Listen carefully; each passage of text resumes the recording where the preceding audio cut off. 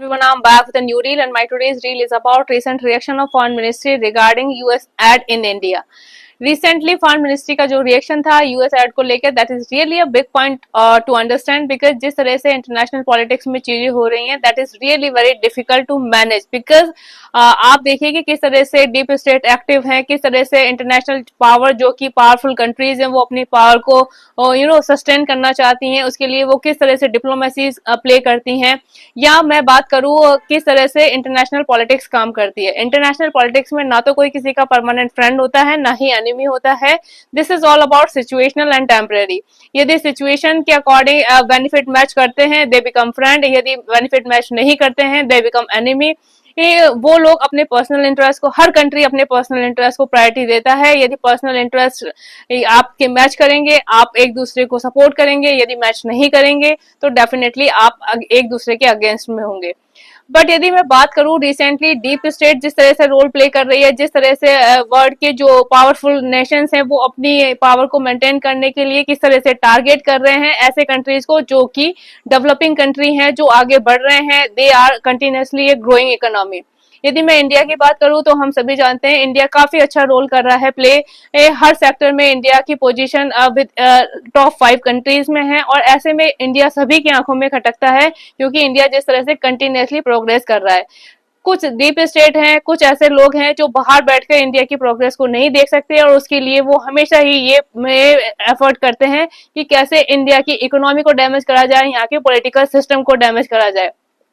सबसे best target था election 2024 में पॉलिटिकल सिस्टम को डैमेज करने के लिए ट्राई करा। किस तरह से हिंडनबर्ग रिपोर्ट ने यहाँ के इकोनॉमिक सिस्टम को डैमेज करने की कोशिश करा, हम सभी जानते हैं।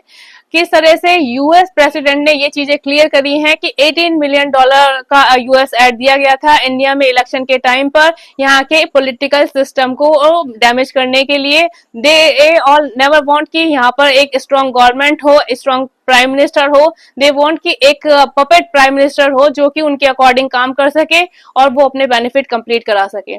उसी के चलते उन्होंने किस तरह से इलेक्शन में ऐड दिया है, अपोजिशन में जो लोग हैं उनको किस तरह से सपोर्ट करा है, जिससे कि वो लोग है ना कंटिन्यूसली गवर्नमेंट के अगेंस्ट में फेक प्रोपेगेंडा क्रिएट कर सके, चीजों को गलत तरह से नरेट कर सके, या बहुत ही मिसलीडिंग इंफॉर्मेशन स्प्रेड कर सके। This is really important to understand now for everyone कि किस तरह से $18 मिलियन दिए जाते हैं इंडिया में यूएस एड से हमारे यहाँ का पॉलिटिकल सिस्टम डैमेज किया जाए। कुछ डीप स्टेट हैं जो बैठकर ये चाहते हैं कि जो एशिया की बढ़ती हुई ग्रोइंग इकोनॉमीज हैं उनको किस तरह से डैमेज कर दिया जाए, किस तरह से यहाँ के जो बड़े कंट्रीज हैं उनको टारगेट बनाया जाए। छोटे छोटे कंट्रीज को किस तरह से टारगेट बनाया जा रहा है हम सभी जानते हैं। बांग्लादेश की हालत देख लीजिए, श्रीलंका की हालत देख लीजिए, ये सारी चीजें काफी क्लियर है। But still if people who are most dangerous for the country, जो कि हमारी कंट्री में बैठकर ही हमारी कंट्री का खा के हमारी कंट्री के ही अगेंस्ट में काम कर रहे हैं, they are the biggest problem for the nation. हम सभी जानते हैं जो बाहर बैठे हैं वो हमारे अगेंस्ट में काम कर रहे हैं, जो भी एक्सटर्नल पावर्स हैं इंडिया के अगेंस्ट में उनको हम सभी जानते हैं और हम उनको अकॉर्डिंगली टैकल कर सकते हैं। बट सबसे बड़ी प्रॉब्लम होती है कि जो लोग हमारे घर के अंदर ही बैठे हैं, हमारे अपने लोग हैं जो अपने पर्सनल बेनिफिट के लिए किस तरह से हम ही को धोखा देते हैं, that is very important to understand. और यदि आप इंडिया की हिस्ट्री उठा के देखेंगे तो आपके कॉन्सेप्ट क्लियर होंगे कि हमेशा हम लोगों ने उन्हीं लोगों से मात खाई है जो हमारे साथ बैठकर हमारे साथ उठते हैं और हम ही को धोखा देते हैं। So people have to understand all this thing. जो उल्टे सीधे नरेशन स्प्रेड करते हैं, गलत तरह से चीजों को प्रिटेंड करते हैं, लोगों को कंफ्यूज करते हैं, सोसाइटी में गलत फहमियां फैलाते हैं, उनको हमें समझना चाहिए। और ऐसे लोग जो हमारी कंट्री को फॉरेन मतलब बेचना चाहते हैं एक तरह से just in support of foreign people, we have to be aware with such kind of the people. और ऐसे लोग जो हमारी कंट्री के अगेंस्ट में काम कर रहे हैं यहाँ पर रह के, वो डेफिनेटली हमारी कंट्री के सबसे बड़े दुश्मन है और उनको प्रॉपर लीगल एक्शन होना चाहिए उनके अगेंस्ट में, और सारी चीजों की प्रॉपर कार्रवाई होनी चाहिए कि कहां से ऐड आया है, किसके पास कितना पैसा गया है, किसने किस तरह से यूज करा है।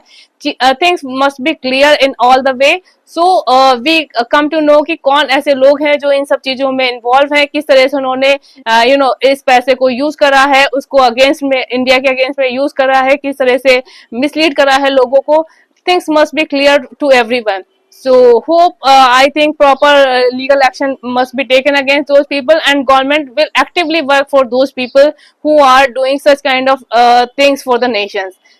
They are the biggest enemy of the nation. मतलब बाहर का तो हमें पता है, लेकिन अंदर के जो इस तरह के काम करके हमारी कंट्री को डैमेज कर रहे हैं ना, उन्हें पकड़ना और उन्हें कठिन से कठिन पनिशमेंट देना भी बहुत जरूरी है, तभी चीजें सही हो सकती हैं. So hope you guys get it well. Bye bye. Have a nice time.